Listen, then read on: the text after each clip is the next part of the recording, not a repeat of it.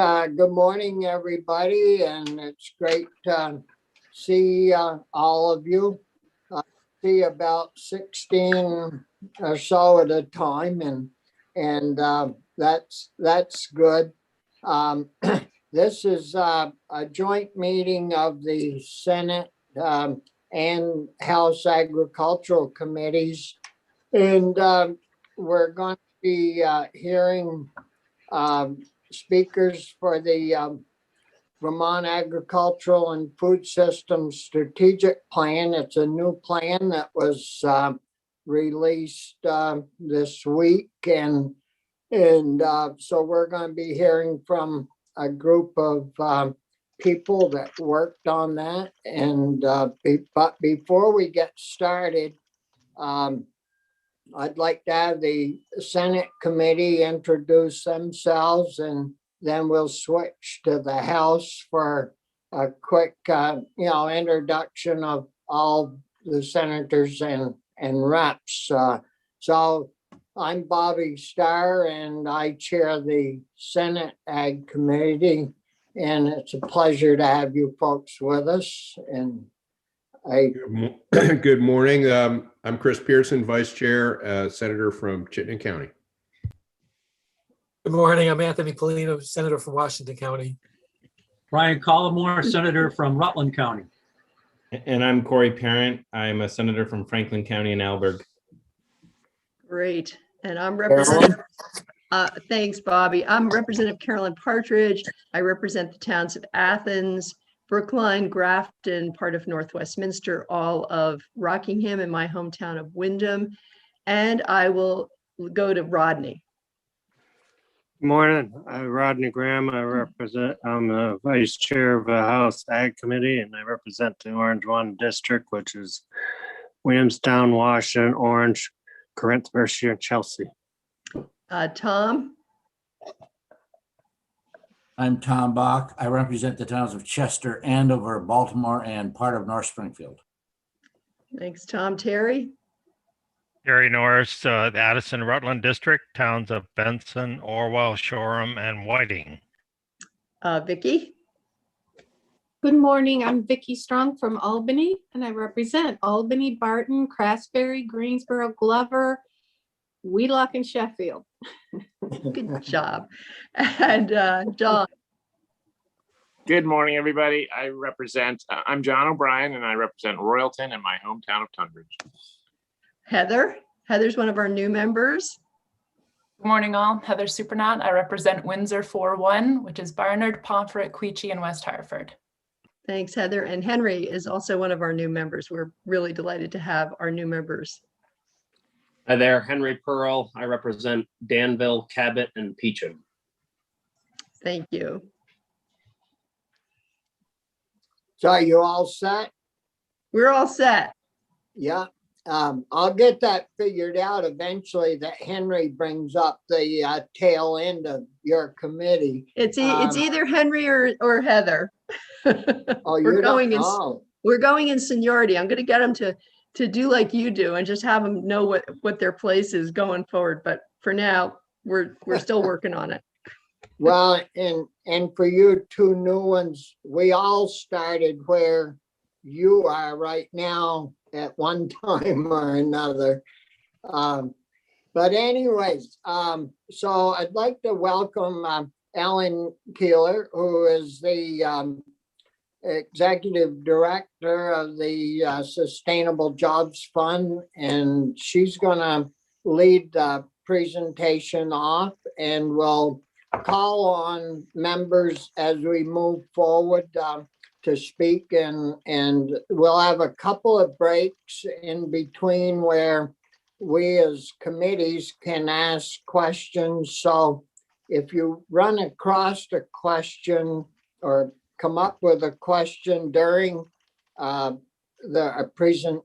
presenters, just jot that down, and then when we get to the question answer period, we'll move into that mode and try to get everything answered.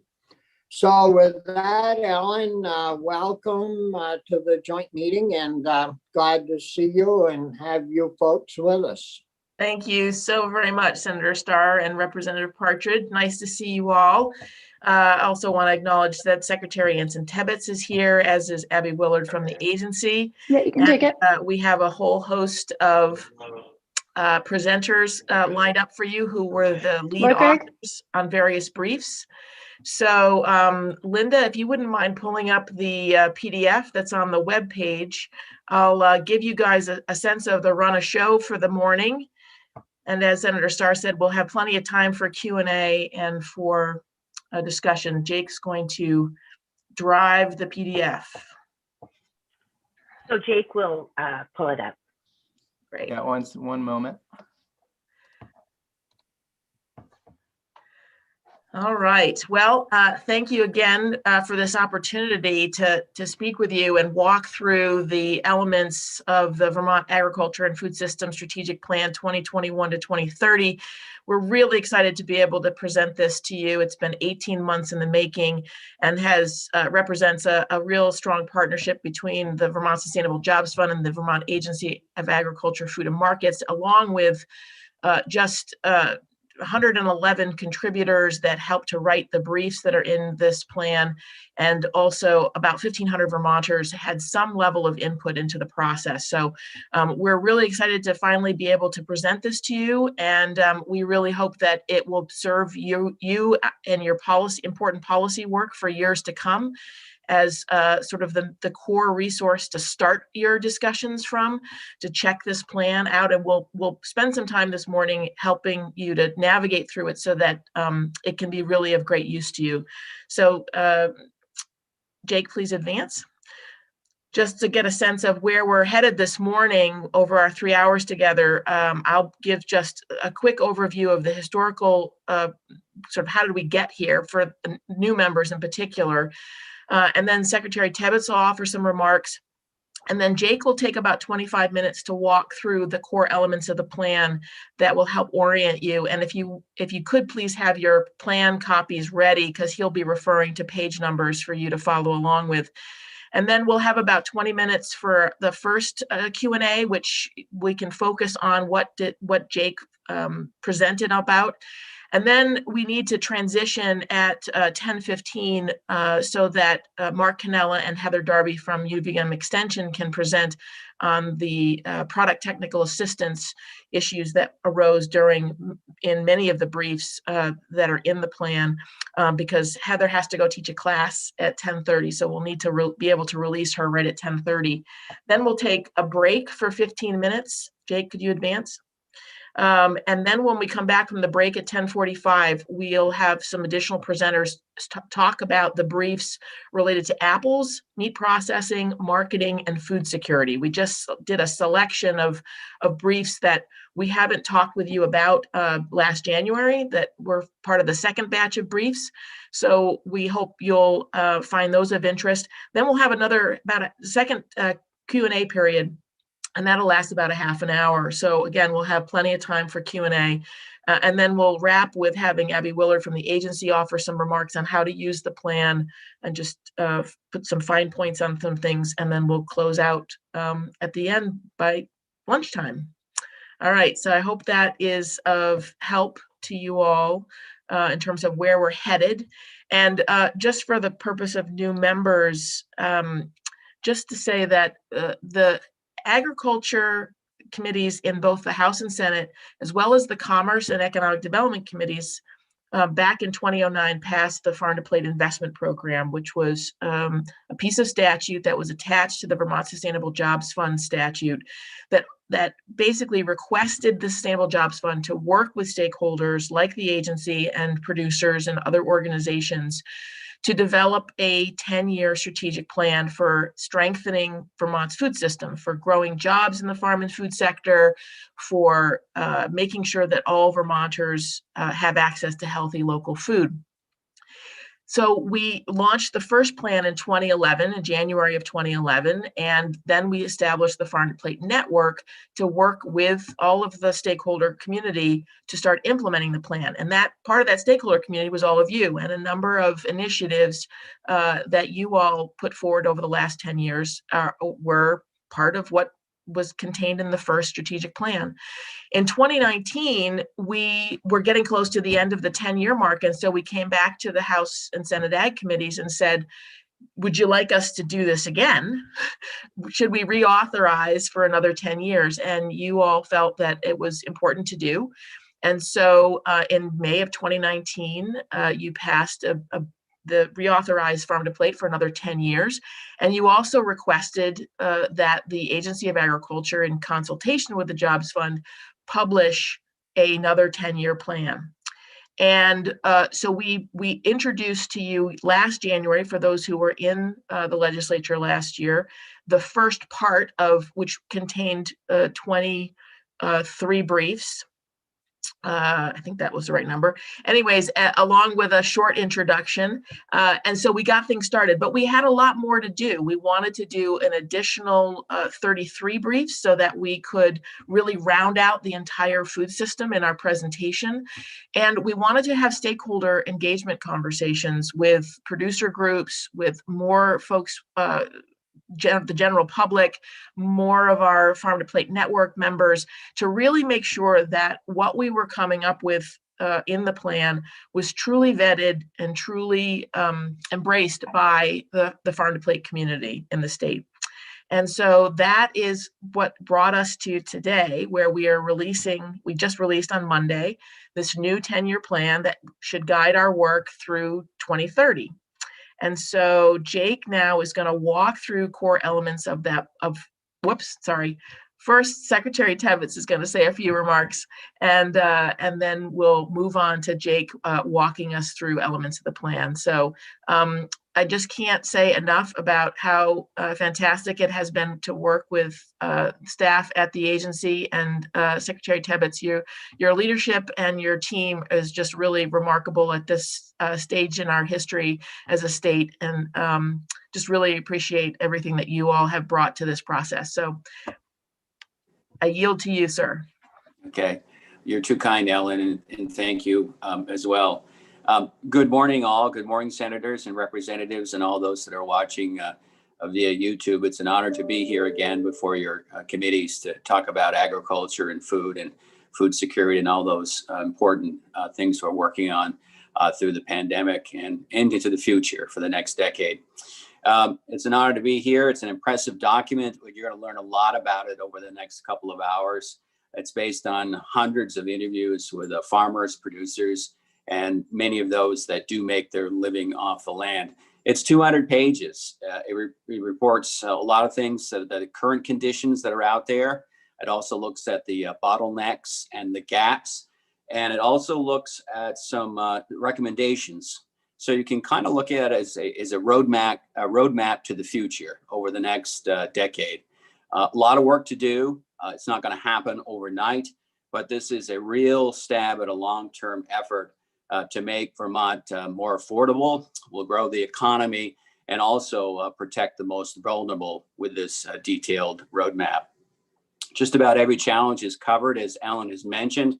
We talk about apples, we talk about bread, we talk about cheese, we talk about dairy, we talk about grass-fed beef, we have poultry, we have produce, and we also look at some of the business challenges in this report, from succession planning for farmers and producers, and also an in-depth look at the environment and the role farming can play in improving our environment. So you'll see that. If we look at just to take a stab at one example, if you look at produce, you can see there's been growth over the last few years in produce, fueled by the demand for local food and healthy food across Vermont in the region. But we also can find there's some bottlenecks. We have some issues with labor. We have some issues with marketing, and nearing a saturation in the wholesale markets are very competitive. So it takes a deep dive looking at just about every issue related to agriculture. So over the next couple of hours, you're going to learn more. We welcome your questions, your feedback, but this report gives you a flavor of what's ahead for us over the next decade. We are really proud of this work with Ellen's team and the Ag Dev team. You're going to hear from Abby and some other members of our team in the future, but we look forward to the discussion this morning. And again, happy to take questions when it's appropriate. Thank you. Great. Okay, Jake is going to walk us through the plan. Thanks, Secretary Tebbets. All right. Thank you, Ellen, and thank you, Secretary Tebbets. I want to start by actually saying that I do regret not being able to be in the committee rooms today. The walk over to the legislature is always a joy around this time of year, but it's a real pleasure, though, to at least be able to talk to you here remotely. And I know a lot of people also are watching, so that's really nice to know as well. So as Ellen said, I'm going to kind of walk through the document. I'm going to reference some specific pages in my presentation so that you can kind of thumb through your own copies. And what I've done in the presentation too is provide page number references, both to the page number that's listed on the page and also the page number that'll show up in the PDF, depending on the version that you're using. So let me get this up here, share it again, and then I'll get going. All right, so can folks see that now? Okay, great. All right, so I'm not going to read everything that's on the pages of this document, but I do want to read the land acknowledgement that you will find on the third page, and on the PDF it's going to be listed as the fourth page. So this land acknowledgement, we worked with Chief Don Stevens on this language, and I think it's an important place to start, and it's really where the document itself starts as well. So we are on the land which has served as a site of meeting and exchange among indigenous peoples for thousands of years and is home of the Western Abenaki people. The Farm to Plate Network honors, recognizes, and respects these peoples, especially the Abenaki, as the traditional stewards of the land and waters. In that spirit, we acknowledge that we are guests in this land. We need to respect and help protect the lands within our use. And those who will implement this strategic plan have a responsibility to help make this truth visible, to support efforts towards Indigenous sovereignty and well-being, and to dismantle the legacies of colonialism here in Vermont. And then if you go and you turn or you look to the next page, there is an acknowledgement to, oh, actually sorry, I skipped ahead a little bit. I'm gonna keep that, 1 second, there we go. So then the next page is actually the acknowledgement to all the contributors that had a part in putting this plan together. And as Ellen and Anson mentioned, numerous Vermonters, by our count, 1,500 dedicated and passionate food system professionals, farmers, and even Vermont residents. So we had around 1,100 Vermonters participate in a public survey to provide their input into the future of agriculture in the state of Vermont. And so I think while the acknowledgement is a big thank you, and we're really grateful for all of those contributions, it's also, I think, conveying that this plan is the state's plan. It's all of our plan. It's not just the Sustainable Jobs Fund or the Agency of Ag or the Farm to Plate Network. This is a plan that we all have a part in, and we are the creators of, keepers, and implementers of it. So that's, I think, just a really important message to convey about the acknowledgement and about what's contained within this plan. And so with that too, I think, the recommendations that are in this plan and the priority strategies that I'll talk more about in a little bit, these are derived from and vetted by industry members and experts in the field. And the authors and contributors are people that you can call on to testify and go deeper on these topics as your committees do your work. And so we'll give a preview of that a little bit later on with the presentations, but just, please do know that the people, the names that you see that are on those briefs are people that you can call upon. And as Anson said, I think maybe above all else, really seeing this as a plan that's a roadmap for the next 10 years, and knowing the number of people and knowledge and expertise that's contained within it, have confidence in consulting and referencing it in your deliberations, whether that's in the committee rooms or on the House and Senate floor, or that's conversations with your constituents. And so before, Ellen kind of touched upon some elements that are in the introduction. I just do want to say that, although maybe we now take it for granted that we don't need to state the importance of the food system agriculture to the state, I do want to say that, obviously we've seen some tremendous food growth, economic growth in the food system over the last 10 years. So economic output has expanded 48% from 7.5 to 11.3 billion. That includes 3 billion of food manufacturing, which is now Vermont's second largest manufacturing industry. This is, we also saw in terms of employment growth, adding around 6,500 net new jobs. That's an 11% increase. There's now more than 64,000 Vermonters who are directly employed by over 11,500 farms and food-related businesses. We saw our local food purchases rise from 114 million to 310 million of the total 2.2 billion spent on food in the state annually. And Vermont farms, according to our latest 2017 data from the census, sold $781 million worth of products. So this is a really important, the food system, ag and food are a really important component of Vermont's economy now and into the future. So if you go to page 11 or PDF page 11, I think that's amounts to page 9, understanding the plan. And now I can kick forward on the slide. So that page really lays out for you how the parts and pieces connect to each other in the plan, and how you can kind of think of these each section by itself, but also each section as it relates to others. And the image I want to leave you with is really sort of seeing the plan as a prism for the 3 legislative outcomes. So the outcomes are the light coming in, and then the plan, kind of turns that into vision, goals, objectives, priority strategies, and then the briefs that have been mentioned. Just to remind everyone that those 3 outcomes are to increase sustainable economic development and create jobs in Vermont's food and farm sector. The second one is improve soils, water, and resiliency of the working landscape in the face of climate change. And then the third is improving access to healthy local foods for all Vermonters. So we take those 3 and we really unpack them and I think really integrate those 3 pieces into everything that's contained within the plan. So the vision really paints the picture of where we want to be in 10 years. And that vision is aligning with our values, beliefs, and priorities. The 15 goals are going to articulate the results we want to achieve. So think of these as the signposts, the kind of direction we want to see ourselves going in order for the vision to come to fruition.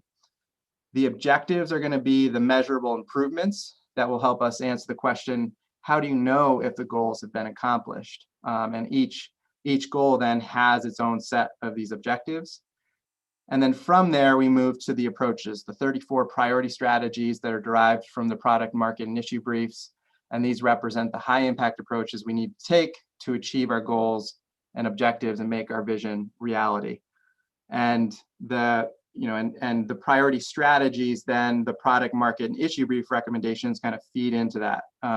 So the 34 priority strategies are a synthesis really of the 276 or so recommendations across the briefs. And I'm going to kind of go into more detail on each of these items. So that's the general framework and kind of the way in which to see the different parts and pieces of the plan. Okay, so the vision, again, I'm not going to read this word for word, but what you'll find here is that it's going to speak to the 3 essential components of sustainable development: economic viability, environmental sustainability, and social equity and well-being, which also align with those legislative outcomes. And you'll see too that it expresses values of equity, trust, collaboration, and ingenuity, and also gives a nod to Vermont's agricultural traditions of hard work, self-determination, and neighbor helping neighbor. The other thing I want to say about the vision too is that, these are words and phrases that we really did, pick from Vermonters who participate in the public survey, from our stakeholder meetings that we did with different industry groups, from our farm to plate leadership, from executive directors in the farm and food system. So the words here and kind of the notion and vision that's being expressed is really coming from all of the folks that we mentioned played a part in putting this plan together. So that is the vision, and really, everything then flows from that, trying to make that vision a reality. So then if you now move to pages 13 to 15 on the page number, and in the PDF, if you're using a PDF right now, that'll be pages 15 and 17, or 15 through 17. So this is where you're going to find the strategic goals. And these 15 strategic goals are in service to those three legislative outcomes, plus a commitment to racial equity. And so as a result, the goals are divided into 4 categories, which I blew up the image on the right there of the goal categories, just so you can see that a little better visually for those that are watching and following along here. So the purple is anything kind of with purple. If you see purple, think that's sustainable economic development. The green is going to be anything goals related to environmental sustainability. Gold is going to be healthy local food for all Vermonters, and then blue will be the commitment to racial equity. So those are the categories that we're going to use, for our strategic goals, and you'll see that kind of repeat itself as well in other places in the document. Okay, so I am not going to read all of these individually. I'm going to read a couple of examples, and I'm going to I've chosen to read some examples that are in the middle. So if you're listening to those, you might then read on your own the first one and the last one in each section. So as you can see again, so we start by just listing out the goals in their categories. So to start, the economic goals, I'll read goal 2, demand for Vermont food will increase. Goal 3 is Vermont's production portfolio is more diverse. Farm and food businesses of all types will increase their economic viability, and businesses have equitable access to capital and to production, processing, aggregation, and distribution infrastructure appropriate to their needs. So that one in particular, you can see there's a lot packed into there, but it expresses definitely a very kind of clear sense of direction that we want to see ourselves going in the next 10 years. Now moving to the environmental goals, I'm going to read 7 and 8. So goal 7 is Vermont farm stewardship is increasing ecological diversity and improving soil and water quality, and farm stewards are supported, compensated, and recognized for their positive contributions to the environment and public good. And goal 8 is Vermont's agricultural land remains in productive agricultural use. Access to that land is more affordable and equitable, and land use planning decisions maintain and promote a strong and viable food system. So in 7 and 8, you can kind of see they're playing off each other a little bit, in that we want to see, really strong stewardship on the land, but also we want to see, policies and decision making that supports the ability to either, keep that land in ag production or provide, better access, more affordable and equitable access to getting on the land to farm. And then this is kind of continued. So this would be flipping the page. You're now on page 15 or PDF page 17, where we have the access and equity goal.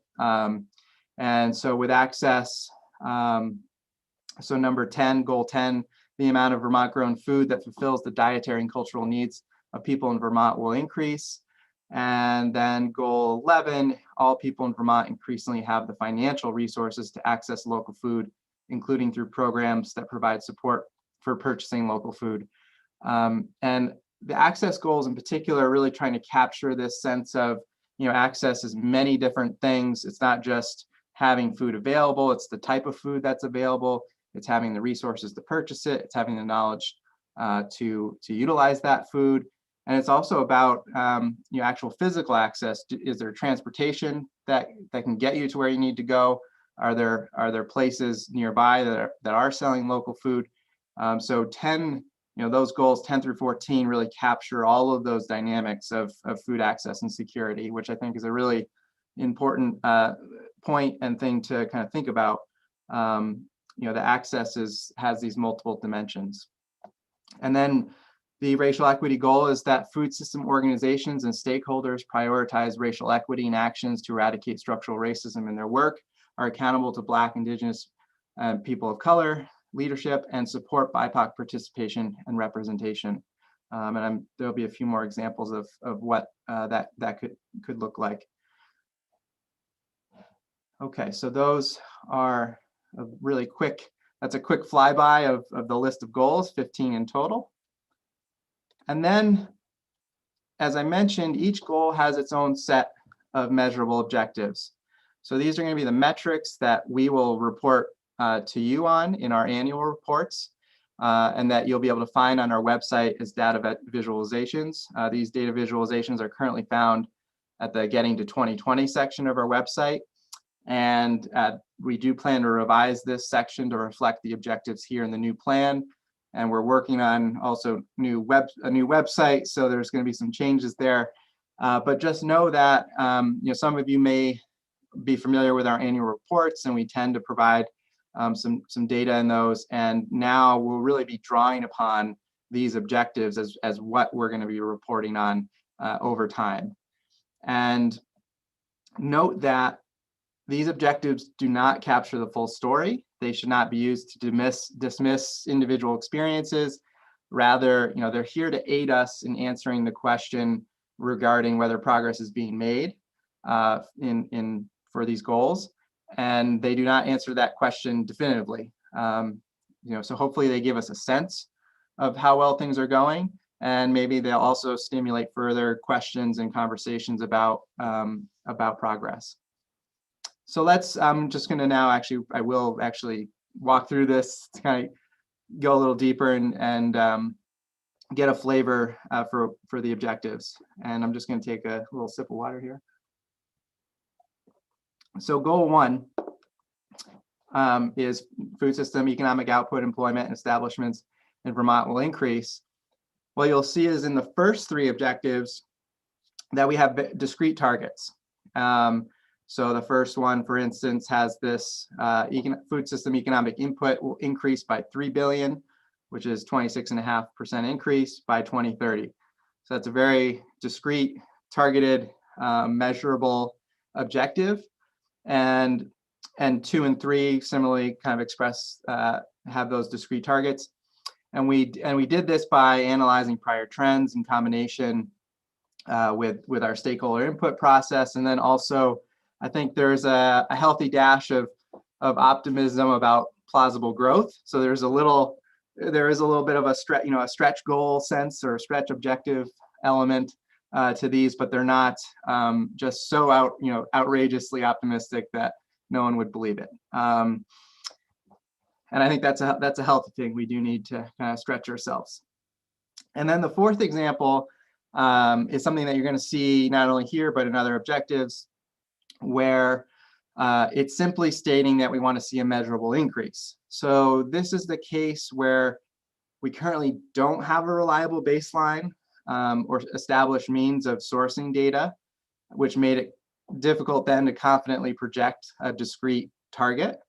But despite this, these are still really important indicators of progress that not only we think they're important, but again, that we heard from others that these things are important. And the lack of data now should not discourage us from stating their importance and working to track them over time. So with these objectives, Farm to Plate, in partnership with others, will over the course of the plan establish the means to collect data reliably over time, and in doing so, create baselines that will enable us to set discrete targets in the future. So in some ways, some of the objectives are a work in progress to an extent, but I think that's something also important to recognize, is that we don't always have everything we actually want or need at this moment in time, and there's room for improvement and kind of growth in that respect as well. And then just for the curious amongst you, something that we have consistently reported is the first objective for goal 2, which is think it's, maybe that's on the same page or the next page, is the local food purchasing target, which the plan sets at 25% by 2030. So in other words, our hope is that a quarter of all food purchases by dollar value in Vermont will be spent on locally produced food. And we are right now doing another round of data collection for the 2020 number. So we'll hopefully have a new sort of baseline number to report to you all in the next couple of months here. I know at least by the fall at the next annual gathering, we'll definitely do a big release on that new number. And so we're at 13.9% right now. I think we're hoping to kind of eclipse 15% in that 2020 number. All right. So from the goals, the plan then moves to the priority strategies. So you'll see this in pages 29 through 33. And if you're on the PDF, that'll be 31 to 35. You can put in the number 31 and skip there on the PDF. And so the 34 priority strategies. So these again are the approaches, the programs, policies, investments that are going to lead us to meeting our goals and objectives. So again, kind of seeing those relationships. We've got these goals, we've got these measurable objectives. So how are we actually going to, how are we actually going to impact those areas, the goals and objectives? How are we going to accomplish those things?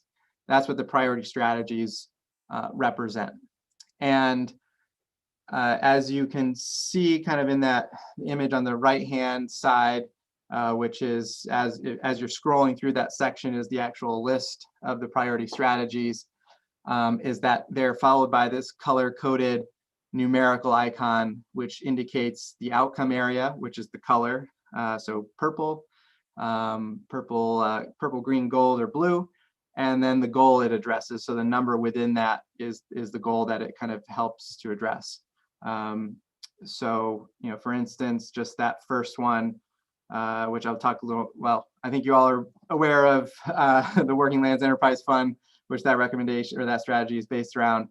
So that's, goal 1, 3, 6, and 8. And so those are the economic and the environmental kind of outcome areas.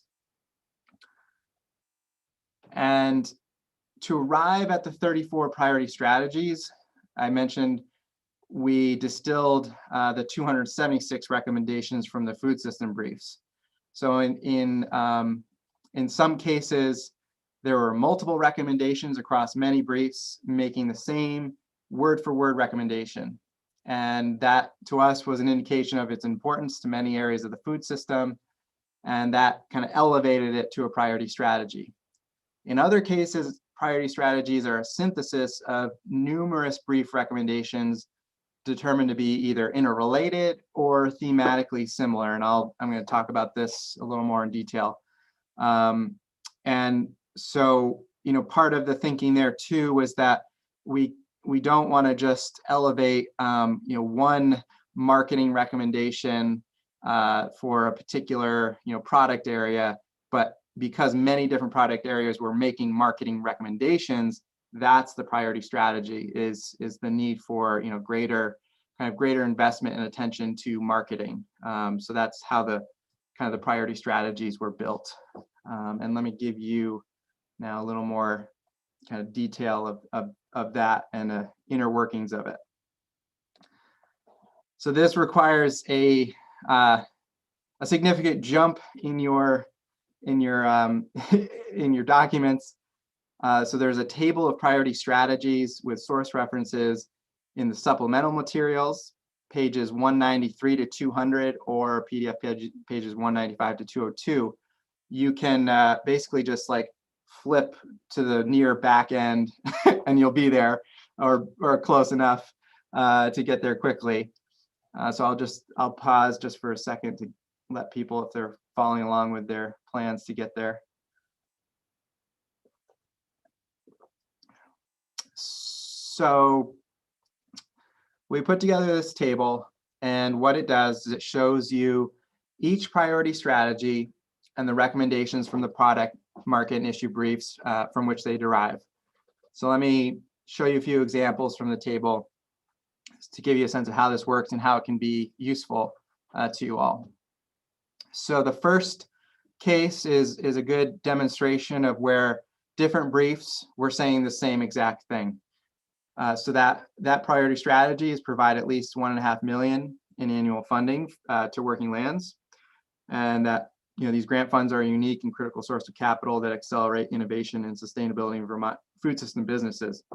So that was a recommendation that was that word for word was appearing in multiple briefs, and those briefs are then listed in that right-hand side, that right-hand column, the component recommendations. So that came from access to capital, ag and food, the ag and food policy brief, lightly processed vegetable brief, and specialty foods brief. So all of them had made mention to this need to provide that kind of baseline $1.5 million in annual funding for WeLab. And similarly, number 10, fully fund VHCB through the property transfer tax fund and allocate $3 million annually to their farm and forest viability program to expand their capacity to provide critical business and technical assistance services to farms and forest product businesses of all types, is something that word for word was coming up in multiple briefs. So that's business and technical assistance, farmland conservation, the racial equity, supporting future farmers, and tax and legal services. So those are two kind of good examples of this instance of something that was repeated across many different briefs, and you can kind of trace that back to the briefs that do that. And now I'm going to show you an example of cases where we synthesize numerous recommendations, and you can probably quickly pick these out because you'll see that there's a longer list of things in that right-hand column. So the priority strategy number 7, for instance, make significant investment in storage, processing, and distribution infrastructure in order to enhance product innovation and quality across all Vermont food products, expand regional market access for businesses, and increase the resilience of local supply chains. And this includes investments in new facilities, upgrades and maintenance to existing, and energy efficiency and renewable energy incentives for food system infrastructure. There was a lot of briefs that were making recommendations about infrastructure investment.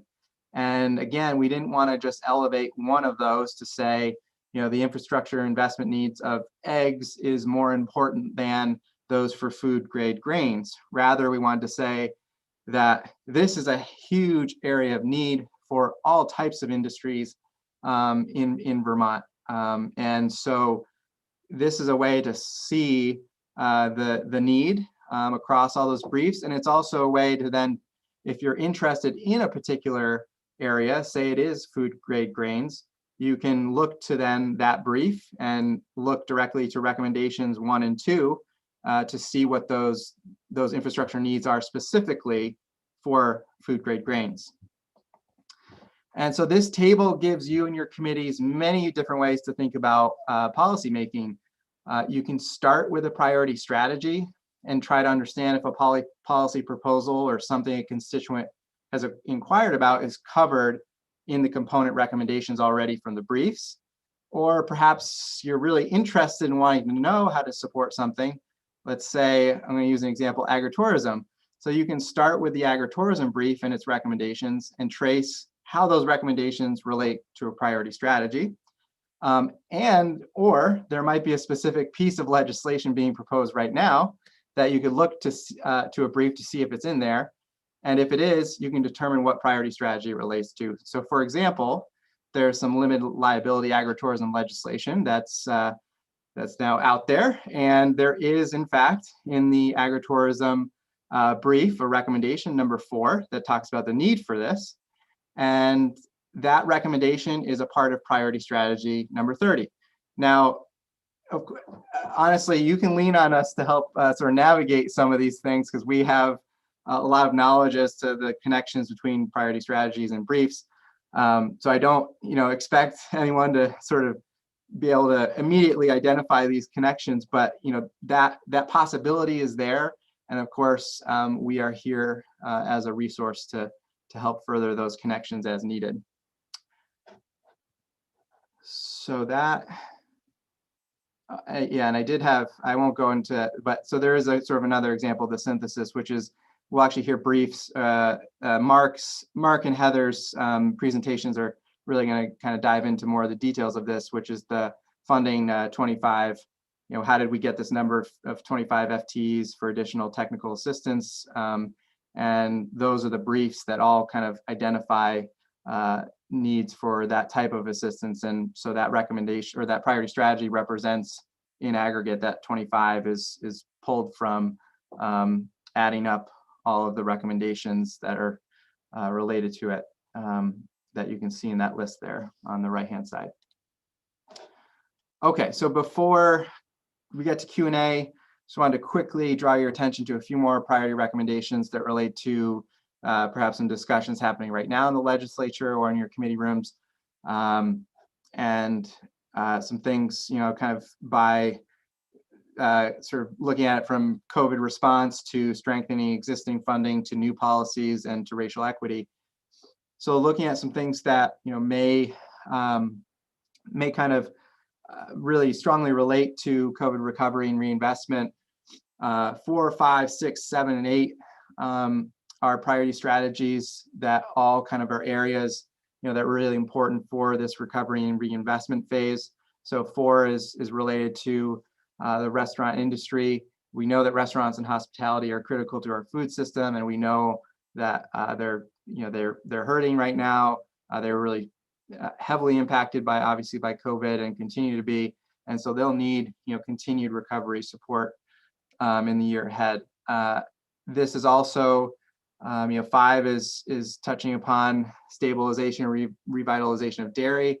So this is obviously a critical time to reinvest in dairy infrastructure and marketing and really helping that industry evolve and keep pace with changing consumer preferences, and just also the impacts obviously that COVID had on some key markets like institutions and restaurants that affected dairy considerably.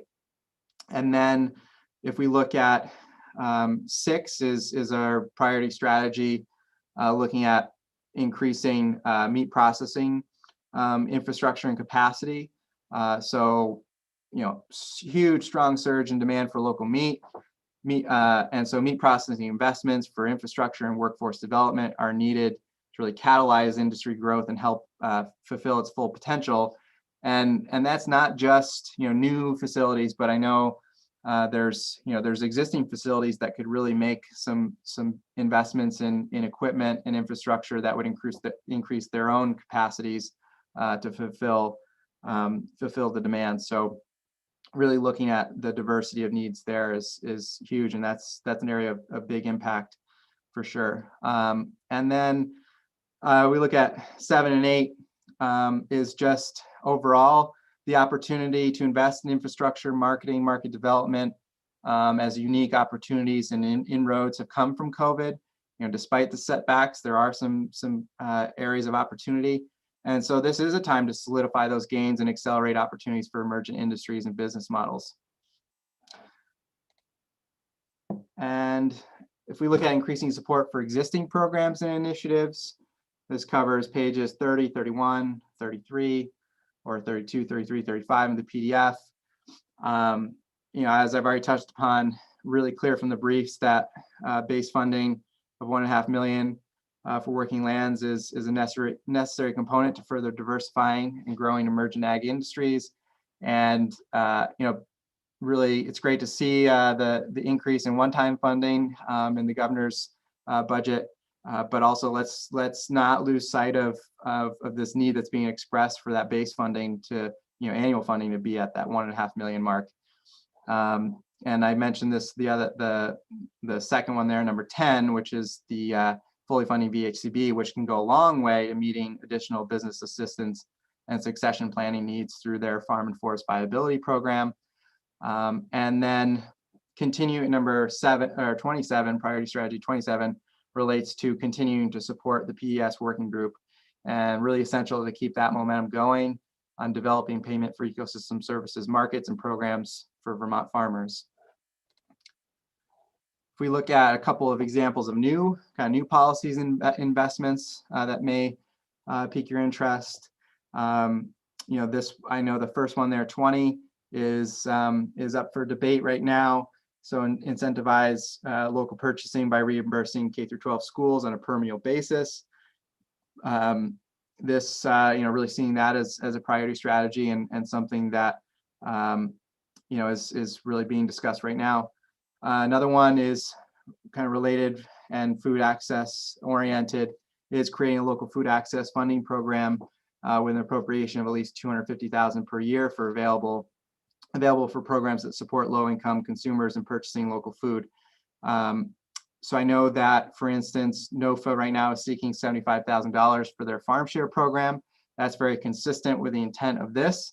And the full dollar amount, the $250,000, would go a long way in supporting high impact work of many others. There's a lot of groups that are really based deep in their communities and scattered across Vermont. Community Harvest of Central Vermont, Healthy Roots, Salvation Farms, many more that are doing some really great work around local food access, and that would be greatly supported by this type of appropriation. And then lastly, looking at some racial equity strategies of interest. So number 2, establishing funding mechanisms to address specific food system investment gaps, which for women and BIPOC-owned businesses.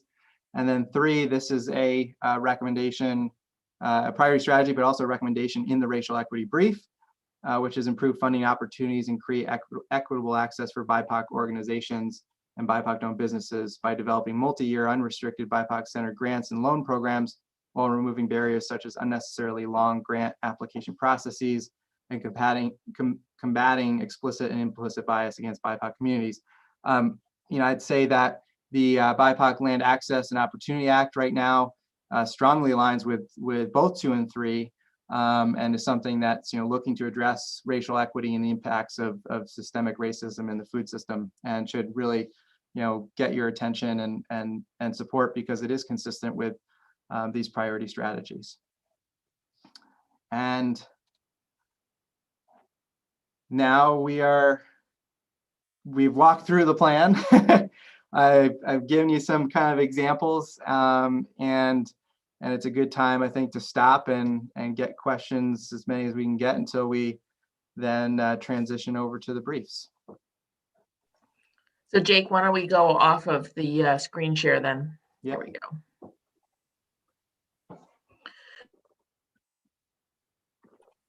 So it would be great to have questions that relate to what Jake just walked through, and then we'll have a second time for Q&A where we can get into more of the actual briefs.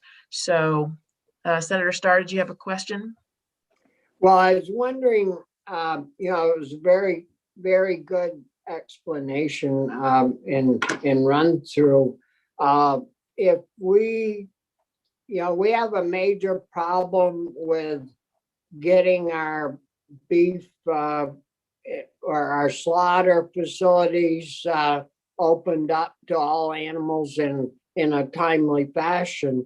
And if you go to the number 6 on the priority strategies, number 6, it says to increase the availability. And then over on the right-hand side, it says recommendation 1, 2, 3, 4. Where do we go to find the recommendations so that we can get used to working this book to our advantage? Yep. So just one second, Senator Starr, I'm navigating to that to help orient myself. Yeah, so you'll see that it says the component recommendations, as you said, are from the meat, slaughter, processing, and products brief. So that brief is in the document, and you could page 81.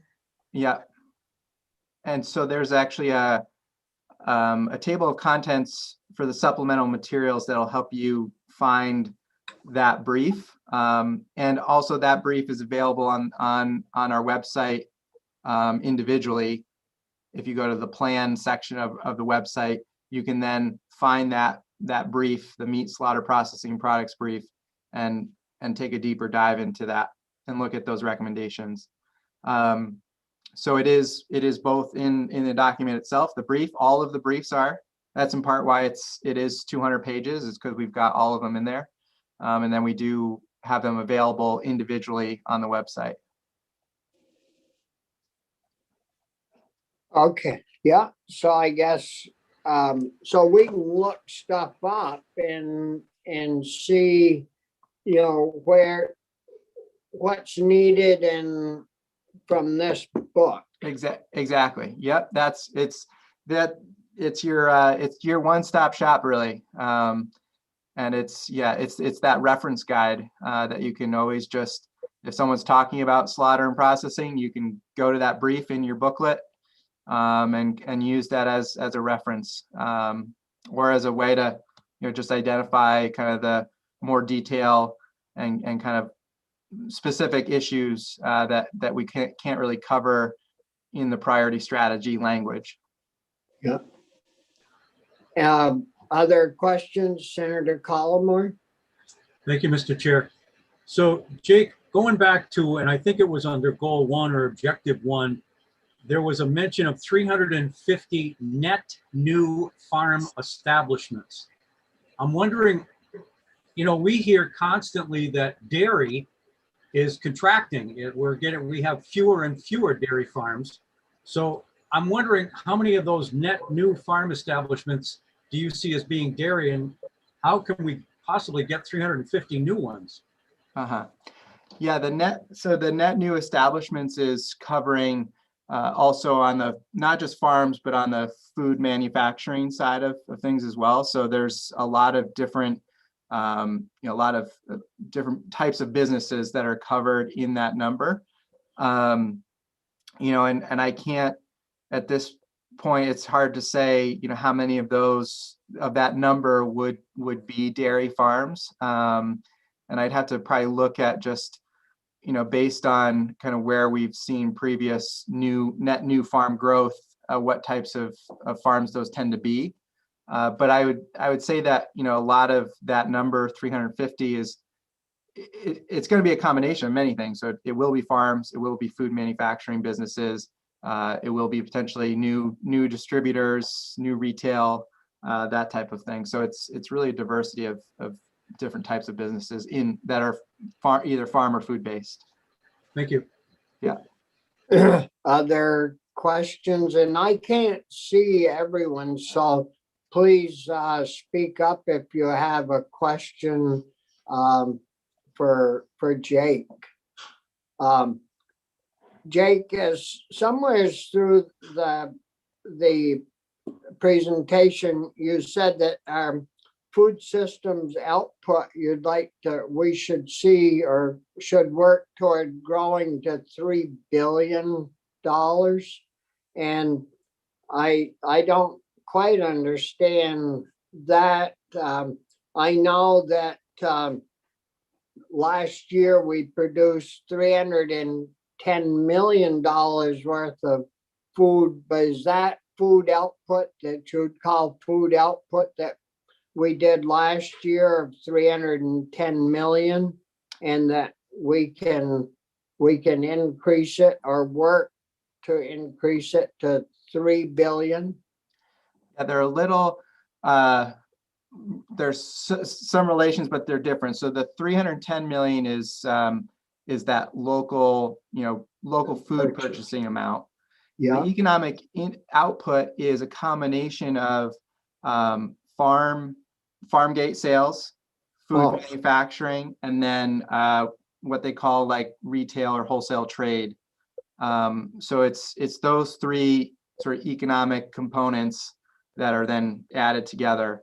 And so the farm gate is going to be basically the ag census. Then the food manufacturing comes from, there's an economic census or a manufacturing census that's done. And that includes also that retail kind of wholesale trade element as well. So the farm side of that is like 780 million. and then food manufacturing is another like significant portion. Like Ben and Jerry's or Yeah. Cabot Yep. cheese. Yep, all dairy vegetable- processing would be in that, that category, yep. Yeah, I think that's achievable compared, what we're doing now with the yogurts and the cheeses and the ice creams, and if we could get the meat industry going and the vegetable industry going. Yeah. I think that's achievable if we work at it. Yeah, exactly. Senator Pearson? Just a couple questions, and thank you. A lot of work has gone into this. I'm curious if you have spliced out, and maybe I missed it. I've been a little distracted this morning, but things like bakeries or those kinds of products that Vermont farms would contribute to. Could you talk about that? And then I have a follow-up as well. Yep. Yeah. So Senator Pearson, you will see that there's a number of briefs that touch upon that. So there is a bread brief, there is the food grade grains brief, we have hops. So we've got these briefs that cover the inputs into food manufacturing. We also have there is a specialty foods brief as well that talks about kind of from that side of the equation what their needs are in order to incorporate more local inputs. There's also an objective that speaks to wanting to see an increase in our food manufacturers using more Vermont inputs for their processed products. So there's a number of ways in which the briefs really speak to that dynamic and what some of the, what the challenges and opportunities are with that. And I think, I've talked about this previously in past years, but that I think is an important part of really wanting to make sure we're connecting our working landscape with our food manufacturing base. And there's a lot of, there's tremendous amounts of effort going into that. And actually Heather today, Heather's a good person to be talking or presenting about that because she's going to talk about food grade grains and some of the, the things that are emerging there. So those are just some, there's probably many other that I'm not thinking of off the top of my head, but those are a couple of examples. Great, thank you. And you're just stimulating more questions, but I guess I will resist the urge and maybe follow up later. But I'm kind of a visual person, and I think one of the images that sticks with me is Mateo's presentation a couple of years ago, where he just showed simply a picture of the general store. I think it was in Greensboro. 5 years ago, it was rather dilapidated, or whatever the timeline, 10 years ago, and now. And it was, it was really transformed. And the thesis was, we've injected a lot of money into the local economy, and it's not just my business. Here's what it's done to the town. Mm-hmm. I keep thinking about, as I've been listening to your report, and last week we heard from Ellen, if we do this right, in 10 years, in 15 years, it will be palpable. It will be notable in our rural towns, and people that come here will write about it in magazines, and people will say, well, how do they do this? We got a lot of agriculture all across the country. How do they do this? And it'll be because of working lands. It'll be because of the investments that we're making as a community. But I think I'm not alone that it requires a picture. And I guess I'm wondering if you're planning that, if when we go out to our communities, we can have a picture rather than as well as a plan. Yeah. You know what I mean? And yeah. And I just wonder if that's a phase you're thinking about, or maybe you've already started looking into it, but just help me understand that.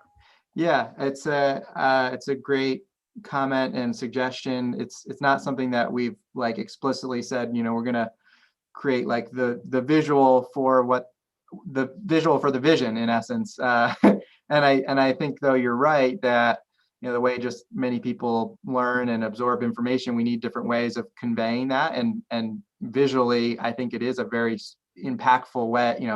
Visuals are an impactful way to get the message across as to what those tangible changes can be. And the the quality of life benefits that come from these types of investments especially for our rural communities. And so I'm really, I'm intrigued by by that, and I think we'll be talking about that because it's something I think is definitely within the realm of possibility for sure. Are there any other questions? I know Heather can only be with us for a bit. Bobby, John O'Brien has his blue hand up. Oh, okay. Welcome, John. Go for it. Thank you, Bobby. And thank you, Team Strategic Plan here. There's so many of you, I can't thank you individually, but I know now how like a first-year student at Stanford Business School must feel on the first day of class, looking at this massive document, a lot to dig into there. And along those lines, one quick question is, where is this available? But just online, I assume, but also hard copies. I'm thinking for libraries, for select boards, farmers, people in the food industry, those stakeholders you mentioned. So that's one question. The other is, was there discussion on product briefs about the out of left field product? I'm thinking like, if this is 1808 and we talk about where Vermont's going, and then 2 years later, William Jarvis shows up with some merino sheep, in the next 40 years, everything's totally different in Vermont. So was there discussion about what could happen in the next 10 years that we don't see here? Mm-hmm. Yep. So to speak to the first part, just in terms of availability, we're going to be, there's Abby's got the link there, and we're going to be distributing that heavily in the next coming days and coming weeks. We're also planning, we've got some webinars that we're going to be doing with various stakeholder groups to present, to do this presentation, to really help them identify where to find these documents. And also we are on a kind of request basis, we will be shipping, mailing physical copies to folks as well, and also kind of sending those out to key stakeholders, association members, that kind of thing. So we've got kind of a multi-pronged distribution strategy plan. And and always the fallback is certainly our website is where you can find the document. And we've kind of broken it up into different pieces so that you can get it in a smaller format. You can kind of get it in different parts and pieces. In terms of thinking about sort of the out of left field, or the really kind of nascent types of industries or products, I think, we absolutely talked about that. And there are in some ways the briefs reflect some of that. There's an agroforestry brief, for example, which agroforestry is very much kind of an emergent area of practice, or well, I shouldn't say it's an emergent area of practice, but it's at least commercially, it's one that's been practiced for a long time. And so that's an example of one where we felt like, this is something that we need to understand more about, but there's opportunities here that, aren't well defined right now, but certainly may be, big opportunities later on. I think things like, hops or grapes or grains, those are also areas where there's objectively, like, there's not a ton of production happening there right now, but there's a lot of opportunities and a lot of different avenues for how those industries could grow. And so I think we tried to really cover a broad range in the product briefs of things that are kind of the flagship industries right now, and the things that feel like they're those emergent possibilities. And so I think we probably didn't cover them all, but we covered a good range. And certainly, the brief format in being short, I think we're open to the idea of if there's some things that kind of come to us in the next couple of years, we can produce, a brief that covers that issue and in a relatively short period of time, just based on the format. Yeah. Other questions from any of the members? If not, Ellen, I'll turn it back over to you, and we'll hear from UVM and Heather and Mark. Great, thank you so much. And we're right on time, so this is great. Jake, do you want to do the setup for Heather and Mark? Yeah, sure. Mark Cannell and Heather Darby are going to join us now to present on this notion of product technical assistance, which Mark will cover kind of in more depth. And then Heather will talk about kind of a more specific kind of way to look at that need, and also kind of a way to talk a little more about food grade grains. She's going to be presenting the food grade grains brief, or presenting on it, to give you kind of a more specific case and example of what Mark is speaking to. So I think now is the time then to hand it over to Mark and get underway with these presentations. So Mark. Okay, good morning, everyone. Morning. Quick check, can people hear me? Yes. Okay, great. Feel free to interrupt if anything gets stalled. We know that happens sometimes. So morning, I'm Mark Cannella, Extension Associate Professor at UVM. I've had the privilege of seeing some of these committees before, so some of you are familiar. I always tell people these are brief presentations. Feel free to contact me individually for follow-up or additional information that will probably get referenced, but we won't have time to dig into.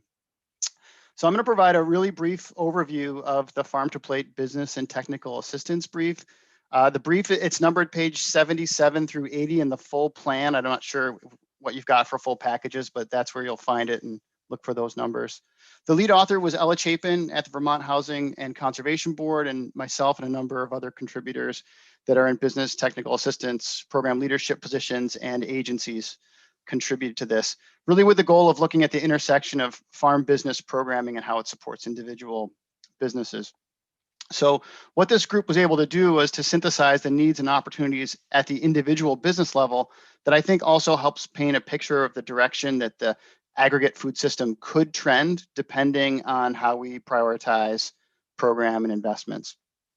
So what comes out of this brief is really two clear zones of influence. The first I'll explain is this ongoing demand for universal business coaching. And then in a minute, I'll introduce the second, which is really beginning to call out these specific sector opportunities and needs. So first, ongoing business technical assistance. I think, business management sounds great. And in general, yes, we think it's necessary and important, but we also identified clear trends that we think warrant specific attention and resources in the near term. This includes first and foremost farm succession, transfer, transition planning. I know personally I found in a 2019 research study that only 30% of certified small farms in Vermont actually have an active and viable succession plan. That means that 70% of the active certified small farms in Vermont as enterprises don't have a succession plan. That means 70% of the land and the assets are absent of a clear path or an intentional path to continue in viable operation as a land-based enterprise. Second, financial literacy. This is not new, right? It's important. Financial literacy, management and records continues to be important, and it's a potential weakness that needs to be addressed. This became clear with emergency COVID programs. Many farms wanted support and services. Many farms requested and needed services to enroll in emergency programs because they either didn't have sufficient record systems to run a business, or they were unable to understand their own business records in a way to communicate them to sources seeking to give them money. That is an issue. This is the least sexy issue of entrepreneurship coaching is, do we have accounting systems? Do you understand the basics of your financial needs and responsibilities as a manager? So those are two, succession and records, among a list of others you can see in the brief. So then moving forward, we know that a number of sectors are seeking more investment to expand and develop. Of course, everyone wants something for their particular sector. I think this is an opportunity and a dilemma for state investment, whether it's financial or just attention. I'm of the belief that we need to aggressively pursue strategies to diversify our food system economy. You all, I think, are going to be more interested in the timing and the sequencing of the investments and how we're going to evaluate and prioritize the need. We know we need to make high impact investments that have a high likelihood of making the returns we need back to the public value. Some may see that in jobs, some may see that in acreage, some may see them in different employment kind of paths for people. But this is, I think, the dilemma. And let's be honest, we talked about painting a picture. We also really need to work on data. We need to work on informed based decisions on, results based accountability and bending these curves. If it's economic development, if it's social development, we need to identify the outcomes that these different sectors do or don't have the potential to provide returns back to the public good. So a few sectors have been identified. Hemp rises to the top. Maple has risen to the top. Grains. Dr. Darby, I think, will speak in a few minutes about some of those needs. In general, this brief helps explain that in order for a particular sector to develop, there will need to be sector specialists. There will need to be technical assistants, professionals that can enhance farm efficiency, understand the importance of standards at the farm level, also in the market and supply chain, make those supply chain connections. We need to find those people that can stitch together the farm-based practices with a real understanding of the supply chain and competitive market dynamics that are going to allow these operations not just to persist on the land, but to have an expanding impact and market share in the marketplace. And that's not easy. I'll just stop there and say, I'm not going to say that you're going to invest in all of them at the same time, because I don't think that's responsible or reasonable. We're going to need to understand where the priorities are and understand the timing of how sectors could develop, and then start to really think hard about the investments to make them happen.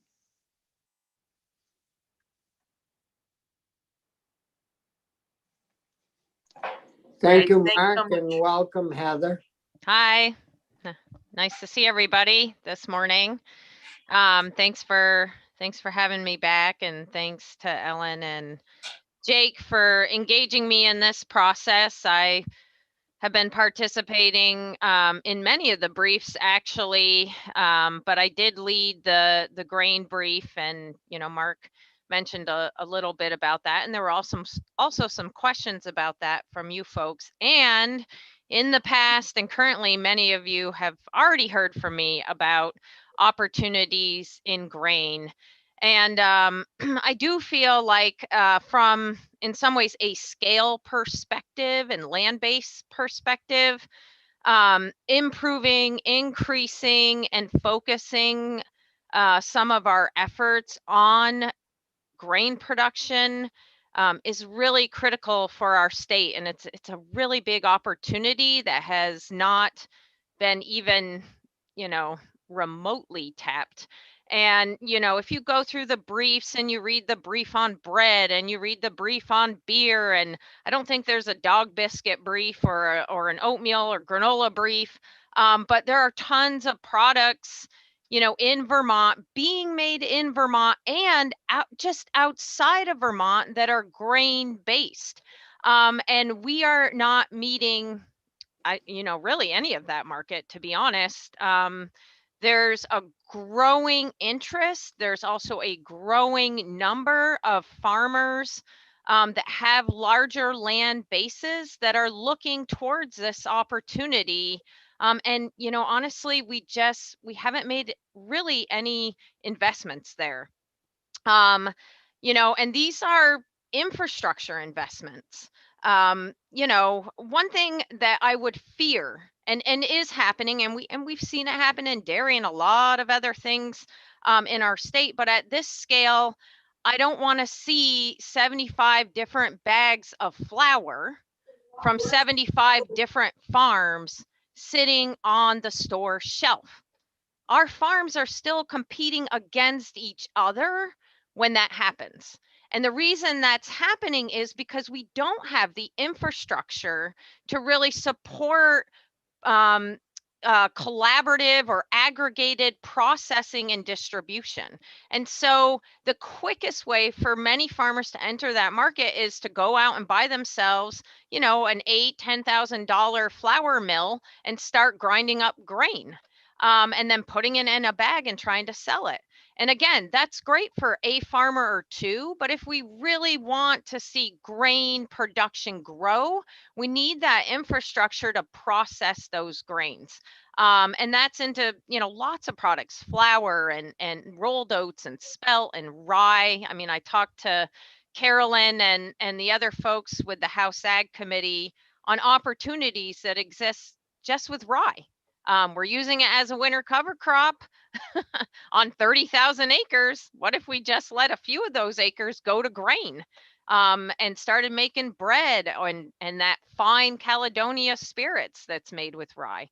So what do we need? There's tons of needs. There's technical assistance needs. I'm an agronomist. I've been working with grain growers since I started my job. And they need more than me. I think like 10% of my time is hemp, 10 is hops, 10 is grain, 10 is dairy. Like they need some real full-time support agronomically, processing wise. And, so the TA, the infrastructure, see, what else do we need? We need to get our butt in gear because, it's not that it's going to disappear, but, there's lots of bakers out there. They want to buy local, but it's not available really. So we have our work cut out for us, but especially for a lot of the large land bases that are out there, and folks that have been working with dairy or still are dairy, these are opportunities that are, of interest to them and that are of, a larger land-based scale. So, I guess look at my little piece of paper to make sure I hit all the high points. Ellen's smiling. I don't know if she's just being nice, but so I think I hit most of it. Any questions? Or oh, there we go. Yeah, Heather, I mean, you've spent quite a lot of time dealing with the grains issue. Have you looked at or had someone look at, can we be competitive in pricing? Because if we can be, just think if we're trucking this in, having it imported from the Midwest or wherever, just in the transportation cost would make a big difference. So, I guess the sort of short answer there is no, we can't really compete with Kansas. We can't compete with North Dakota on barley prices. We have a great malt house that is up and running. I think most of you have heard from Andrew Peterson or folks working with him. He's created a market for barley in our state. But it does cost more. It costs more to produce it here. That's why we're not the malt state or the wheat state. So it really is that value add. And this is I will say this is a regional effort. We have lots of regional work going on right now with groups like the Grain Shed, it's called, that includes all of these end users, mostly, right? So distillers and bakers saying, we want local. We know we're going to pay a bit more for it, but we want it and we want to support it. So I feel like we have, the buyers, the growers are starting to come. That has been a bit of a challenge, and a lot of it has to do with ready markets, infrastructure, and more knowledge. Yeah. Other questions? Are there questions from anyone of Heather? Yes, Vicki. Good morning. And hearing all this is exciting and daunting, but a wonderful vision for our state, our economy, and for the future. So thank you, everyone who's been involved. And my question is based on a comment. One of your priority strategies on 31 excites me, and it's redesign the state education funding and really our educational system in the large picture with our farm to school program right there, starting young people on the road of tasting and seeing and experiencing farming. So my question is, I'm a hands-on person. I went to Sterling College many years ago because I wanted to learn how to milk a cow and run a chainsaw and grow a vegetable. And I know there's so many young people out there want this experience and will lead them into careers, lead them into purchasing farms and properties. So how do we as legislators, we need your help, continue with this vision on that very ground level of our children and their educations, and in high school, career, technical centers, and then our VTC and state colleges and UVM. What a wonderful network of educational opportunities. How do we improve that? We're in a crisis with state colleges and funding. How do we move them forward to embrace these programs and opportunities and bring even students into our state? So that's my vision. How can you help us continue with that in baby steps every year, every session? How can we do that? Who wants to answer that? Ellen or Mark? Jake? Well, no, I don't want, well, I was going to say Ellen might be in a good position to answer that. But I do want to just make sure Heather's got to jump. So if there are any other grain sort of related questions, if we could end. Bobby, I see Terry has his hand up. Go for it, Terry. Yeah, I was just going to ask Heather if she knew whether Northeast Kingdom Grains in Hardwick, do they mill their own flour? They seem to be doing very well with the flour business, at least on social media anyway. Yeah, so they do not mill their own grain. I mean, the exciting thing that you may or may not know is that Vermont is one of the primary producers now of grain mills, really high-end grain mills from Elmore Mountain Bakery, who some of you may know, very sought-after mills. So that's really exciting. And they actually mill up the flour for the Jang Brothers farm. And he, we're really involved with him. He's a part of our Grain Growers Association, which we do have in Vermont, and definitely could use some support to keep that really moving ahead. And but that's a limitation for him. He's trying to build this business, and they're milling for him right now. But they're a bakery. They're small. They're really trying to get them started. Yeah, I noticed, well, didn't notice, but my neighbor grows rye for the whiskey business. So Todd, it definitely is Hardy. a market. The Yeah. Whistle Pig whiskey. Oh, yep. I mean, they've got quite a few acres, and I'm sure it's not enough to make all of their whiskey, but they do grow quite a lot of acres of rye.